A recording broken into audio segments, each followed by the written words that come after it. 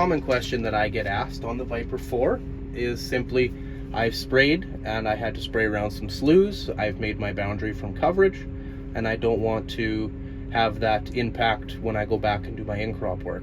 The nice thing with the Viper 4 is you can have multiple scouts. So you can see here right now I have my boundary around my field, that's what that gray is, and my application in the green. If I tap on my scouting widget, you have the option to tab between your active groups. These are all of the active groups in the monitor. So for example, you can see this job 2025-10-16-0232. That's this big boundary here. If I wanted to make a smaller boundary, I could simply just hit my plus. We'll make a new scout, and then I can hit my boundary from coverage. Once that boundary from coverage is created, you'll see my active group is test 2, and that boundary is now here. So this would be simulating spraying in the field, and we can't do full coverage due to sloughs.